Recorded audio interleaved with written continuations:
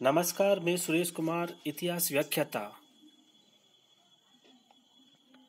आज हम विश्व इतिहास में पुनर्जागरण नामक टॉपिक के विषय में अध्ययन करेंगे, जो कि एग्जाम की दृष्टि से बहुत ही महत्वपूर्ण है।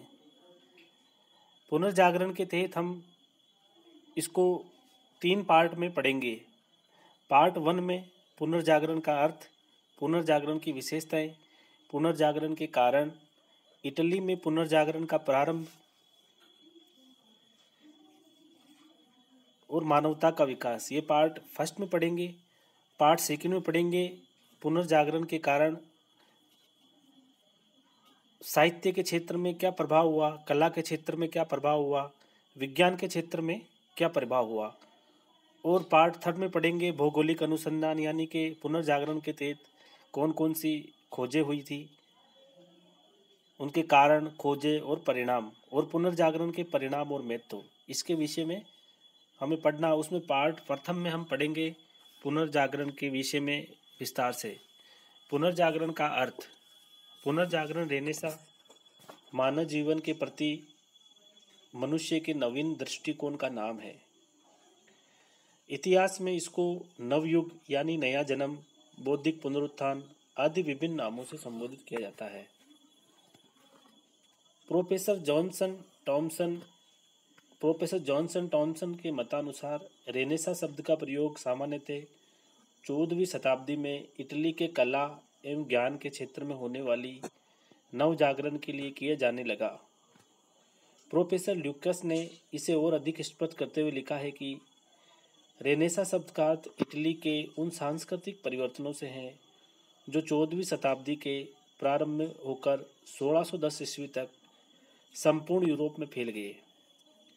प्रोफेसर स्वेन के मतानुसार मध्य युग के अंतिम काल में होने वाले समस्त बौद्धिक परिवर्तन ही सामूहिक रूप से पुनरुत्थान है।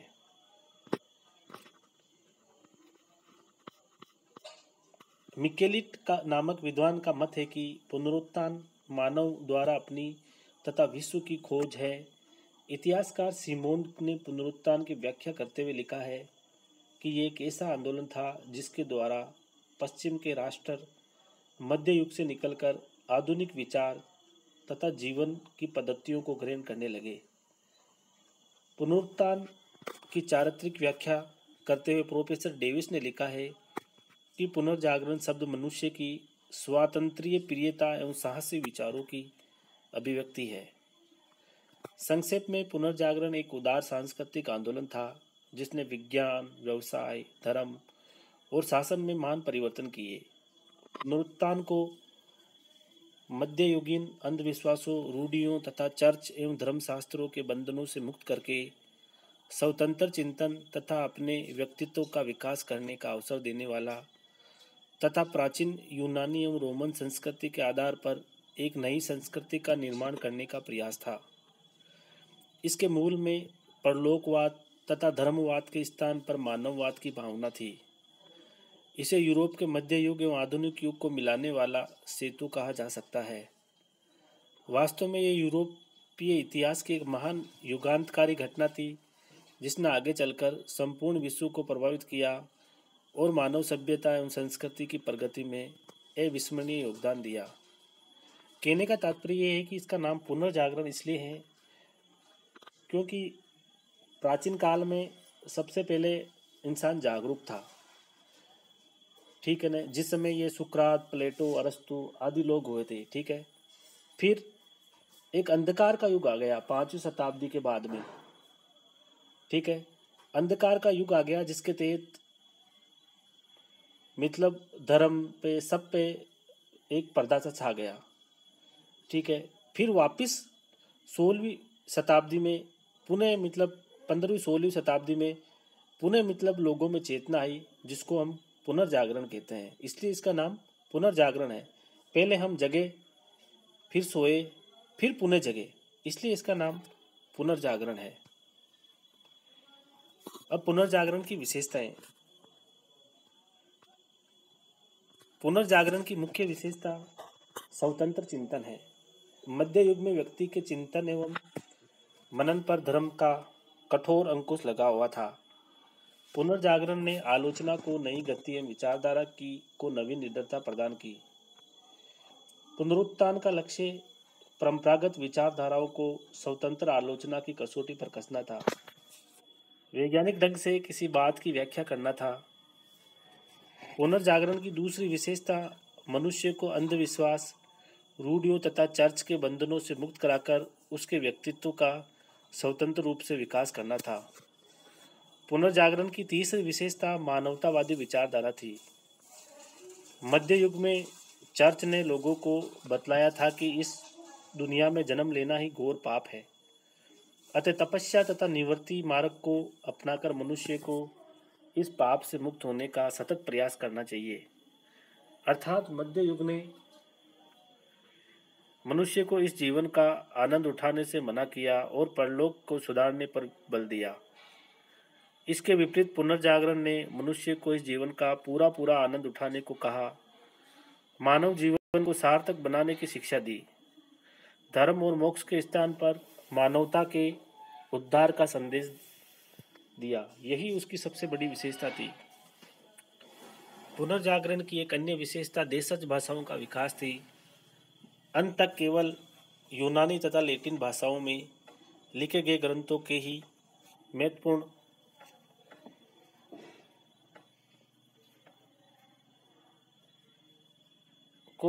समझा जाता था।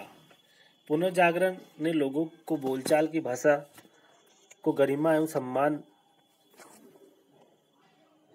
दिया, क्योंकि इन भाषाओं के माध्यम से सामान्य लोग बहुत जल्दी ज्ञानार्जन कर सकते थे, अपने विचारों को सुगमता के साथ अभिव्यक्त करते थे। देशज भाषा का प्रयोग रेनेसां का एक वास्तविक सौंदर्य का अंकन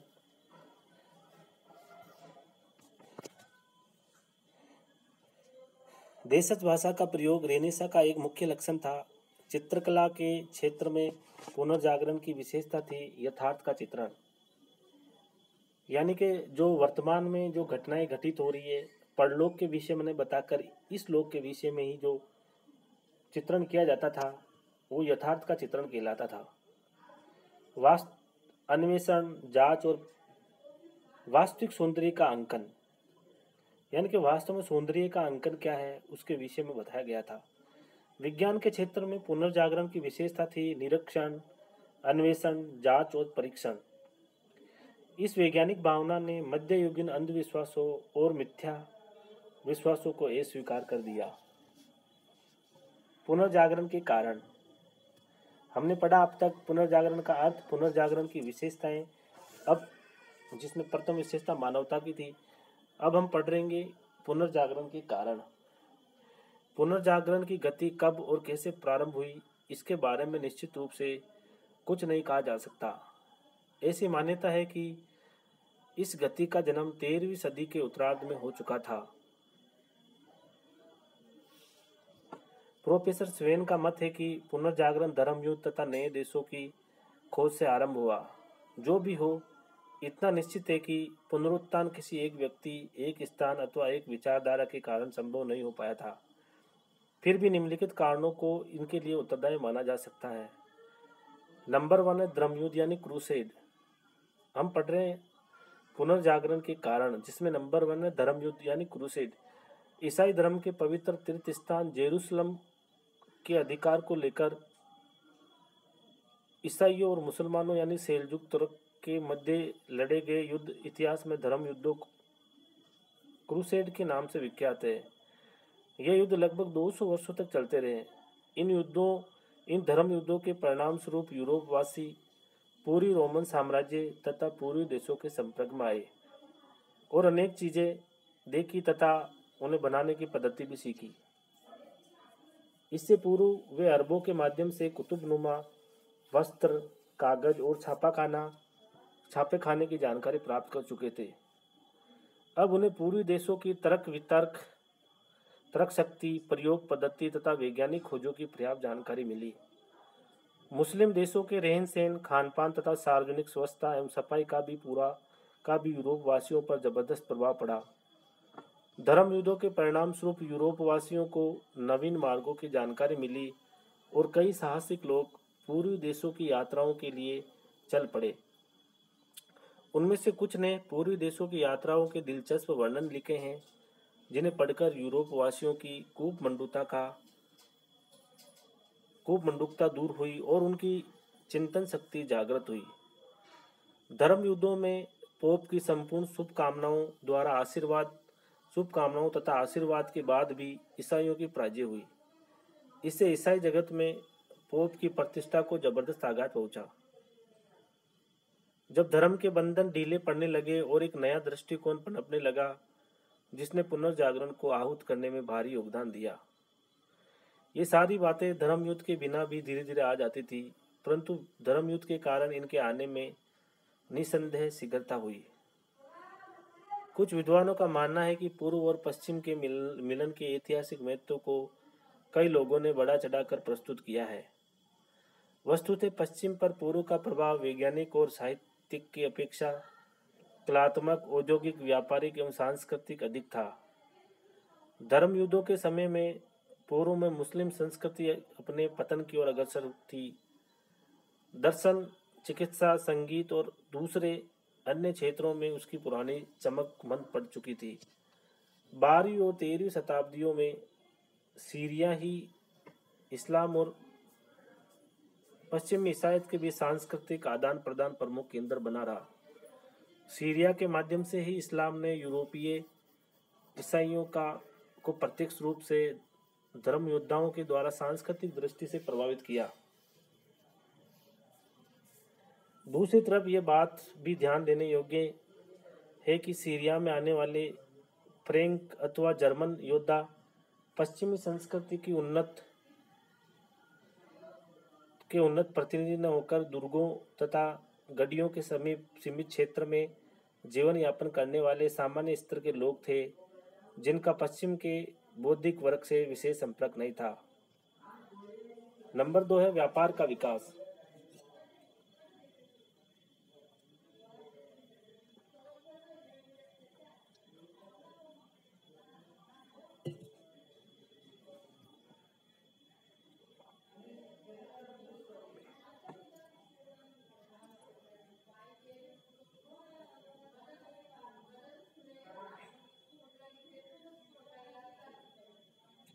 व्यापार वाणिज्य का विकास तथा आर्थिक समृद्धि पुनर्जागरण का एक प्रमुख कारण था। सामंती युग के प्रारंभ में धन संपत्ति का संग्रह केवल थोड़े से सामंतों के पास और चर्च के पास ही हो गया था, और इन दोनों को वैज्ञानिक प्रगति, खोज तथा अनुसंधान में रुचि नहीं थी। सामंत वर्ग को तो परिवर्तन के नाम से ही चिढ़ थी, क्योंकि उन्हें हर समय में यह भय बना रहता था कि कहीं परिवर्तनों के परिणाम स्वरूप उनके अधिकारों तथा स्थिति में परिवर्तन न आ जाए। अतः जिज्ञासु वैज्ञानिकों, अन्वेषकों और कलाकारों, साहित्यकारों तथा विचारकों को प्रगतिशील कार्यों के लिए प्रोत्साहन एवं संरक्षण नहीं मिल पाया। मध्य युग के उत्तरार्ध में यूरोपीय व्यापार वाणिज्य का अंतर्राष्ट्रीय स्तर पर विकास शुरू हुआ। व्यापार वाणिज्य विकास से कई नए नगरों का उदय हुआ। इन नगरों में व्यापारियों के भव्य भवन बने। व्यापारियों ने ज्ञान विज्ञान को प्रोत्साहन दिया, जिससे नगरों का वातावरण बदलने लगा, क्योंकि इन नगरों पर सामंतों अथवा धर्माधिकारियों का विशेष प्रभाव कभी कायम नहीं हो पाया। अतः यहाँ व्यापारी वर्ग तथा मध्य वर्ग का बोलबाला था, जिनके पास धन की कमी नहीं थी और जो समाज में अपनी शान शौकत तथा प्रतिष्ठा बढ़ाने के लिए मुक्त हाथ से धन खर्च करते थे। इसके अलावा व्यापारी वर्ग को सामंतों तथा चर्च दोनों से ही जलन थी। अतः वे लोग लेखकों, विद्वानों और कलाकारों को आश्रय देते और विचार विनिमय के लिए गोष्ठियों का आयोजन करते थे। इन गोष्ठियों में विविध विषयों पर वाद विवाद होता, तर्क वितर्क होता और प्रत्येक वस्तु की अच्छाई बुराई की चर्चा की जाती थी। इससे लोगों की चिंतन शक्ति का विकास हुआ। चिंतन शक्ति के विकास से पुरानी मान्यताएं टूटने लगी और नई मान्यताओं की पृष्ठभूमि तैयार होती गई, जिससे पुनर्जागरण को बल मिला। नगरों के विकास ने एक और दृष्टि से भी सहयोग दिया। चूंकि ये नगर व्यापार वाणिज्य के केंद्र बन गए थे, अतः विदेशों से व्यापारी लोग इन नगरों में आते रहते थे।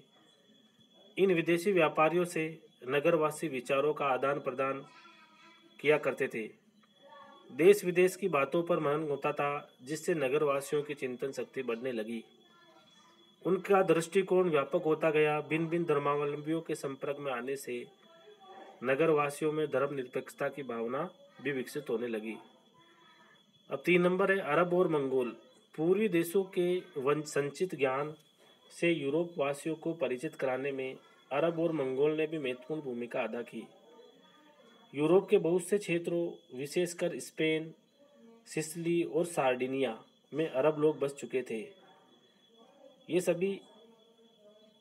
ये अरब लोग स्वतंत्र चिंतन के समर्थक थे। उन्हें शिक्षण संस्थाएं स्थापित करने में रुचि थी। उनके द्वारा स्थापित शिक्षण संस्थाओं में धर्म निरपेक्ष ज्ञान विज्ञान का पठन पाठन होता था।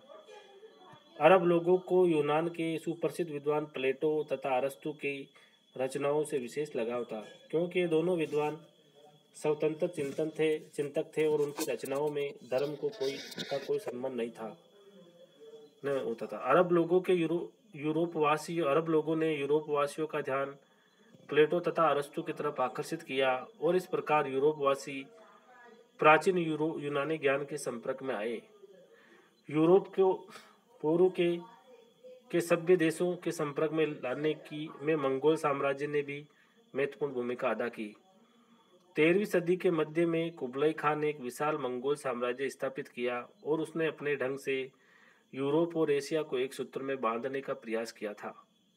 कुबलाई खान 13वीं शताब्दी मंगोल आक्रांता।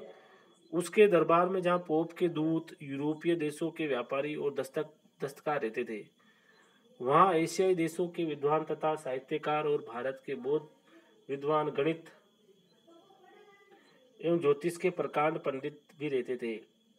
उसके दरबार में बहुधा किसी न किसी विषय पर विद्वतापूर्ण चर्चा होती रहती थी,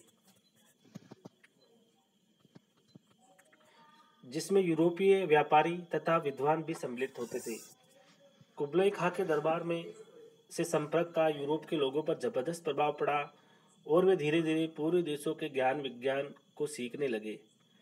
अरबों और मंगोलों के माध्यम से ही यूरोप में चीन के आविष्कारों, कागज, छापाखाना, कुतुबनुमा और बारूद की जानकारी पहुंची थी। इन चीजों की जानकारी ने यूरोप वासियों के जीवन को गतिशील बनाने में महत्वपूर्ण योगदान दिया। नंबर 4 स्कॉलिस्टिक विचारधारा। मध्ययुगीन यूरोपीय दर्शन में एक नई विचारधारा चल पड़ी थी, जिसे स्कॉलिस्टिक अथवा विद्वत्तावाद या पंडित पंथ कहा जाता है। यह अरस्तु के तर्कशास्त्र से प्रभावित था और अरबों ने यूरोपीय विद्वानों को अरस्तु की विचारधारा से परिचित करवाया था। अरस्तु के तर्क के साथ सेंट ऑगस्टाइन के तत्व ज्ञान को भी जोड़ दिया गया। यानी कि अरस्तु के तर्क के साथ सेंट ऑगस्टाइन का तत्व ज्ञान। इस प्रकार विद्वत्तावाद में धार्मिक विश्वास और तर्क दोनों का समन्वय किया गया।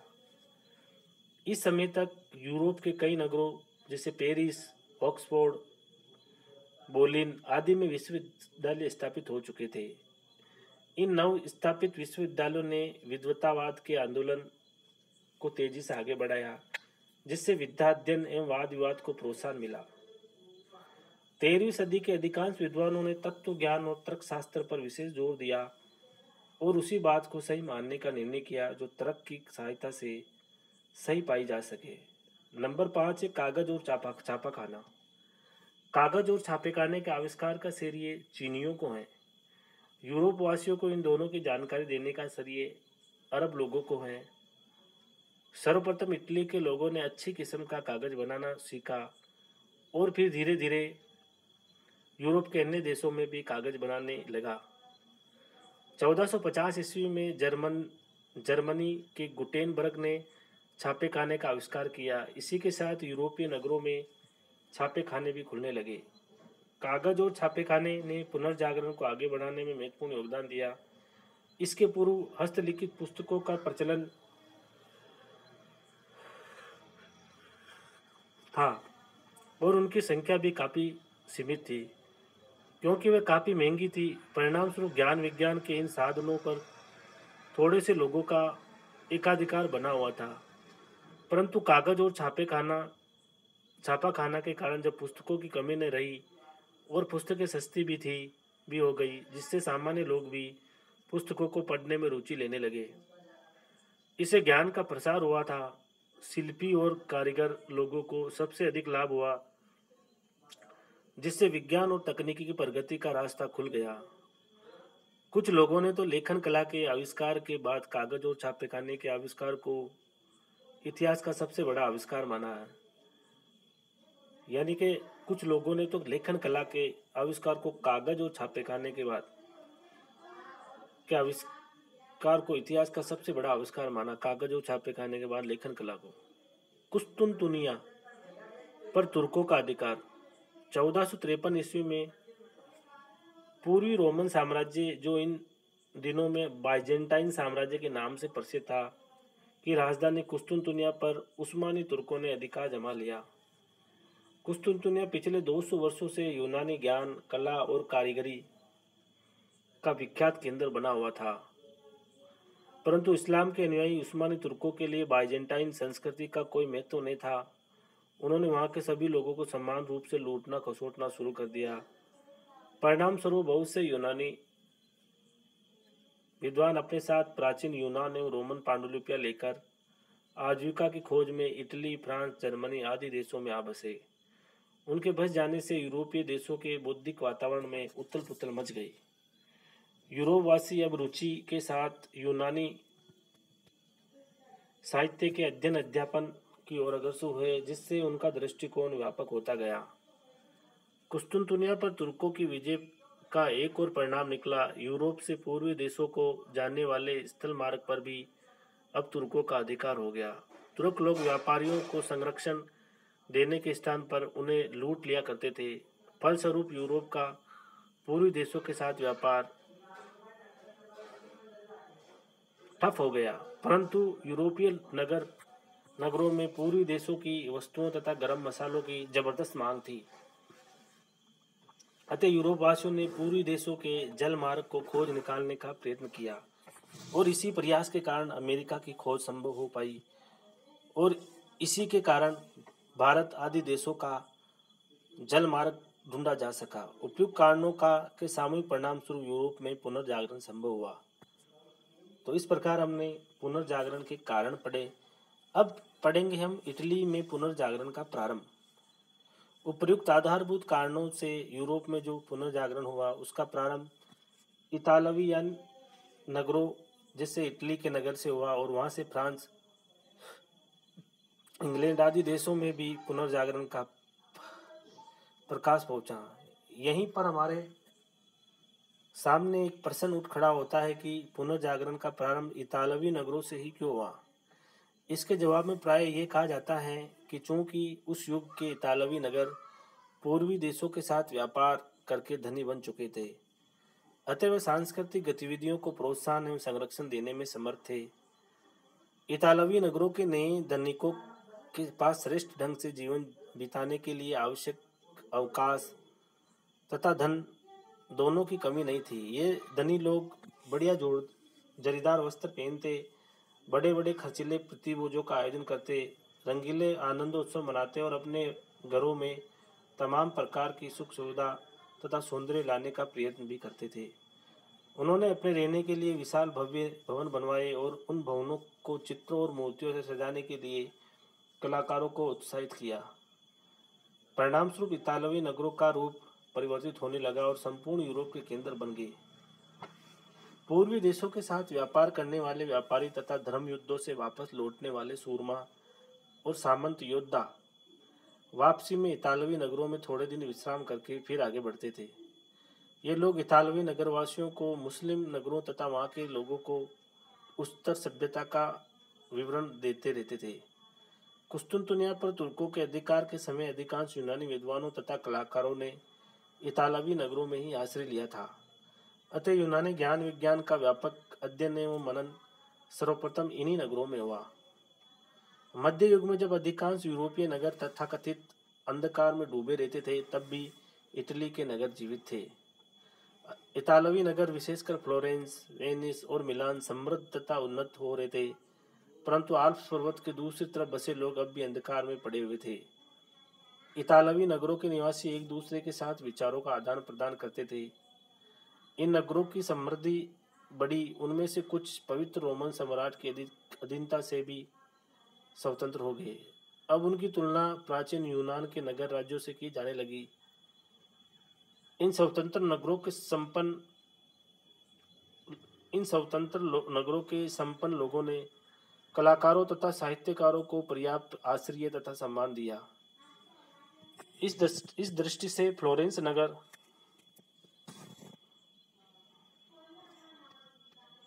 का मेडिची परिवार सबसे आगे रहा। फ्लोरेंस नगर का मेडिची परिवार, यही कारण है कि रेनेसा काल की महान विभूतियों को उत्पन्न करने का श्रेय इतालवी नगरों को ही है। इनमें से कुछ के नाम इस प्रकार है: दार्शनिक पेट्रार्क, कवि दांते, कथाकार बोकोचियो तथा चित्रकार Leonardo da Vinci, Michael Angelo तथा राफेल। ये सभी इटालियन थे। दार्शनिक पेट्रार्क, कवि दांते, कथाकार बोकाचियो और चित्रकार Leonardo da Vinci, Michael Angelo तथा राफेल। इतालवी नगरों में पुनर्जागरण प्रारंभ होने के लिए कुछ अन्य कारण भी थे। इटली प्राचीन रोमन साम्राज्य एवं संस्कृति का प्रतीक था। इतालवी नगरों में प्राचीन रोमन सभ्यता एवं संस्कृति के बहुत से स्मारक अब भी लोगों को उसकी स्मृति का आभास कराते थे। पुनर्जागरण को प्राचीन रोमन संस्कृति से प्रेरणा मिलती रही। इस दृष्टि से इतालवी नगर पुनर्जागरण के लिए उपयुक्त प्रारंभिक क्षेत्र थे।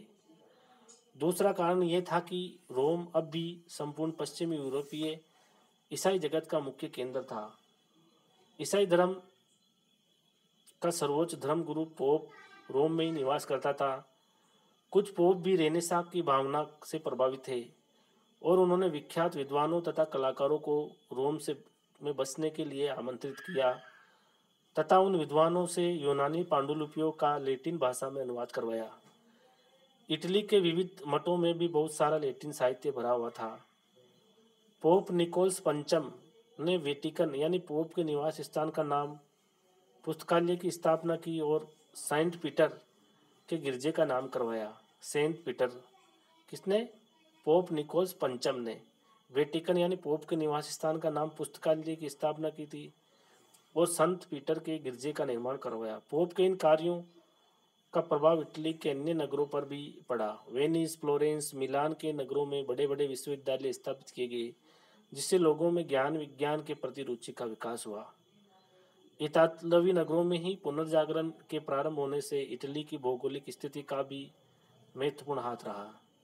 यूरोप के अन्य देशों की तुलना में इटली का प्राचीन यूनानी साम्राज्य तथा संस्कृति से अधिक निकट संपर्क था।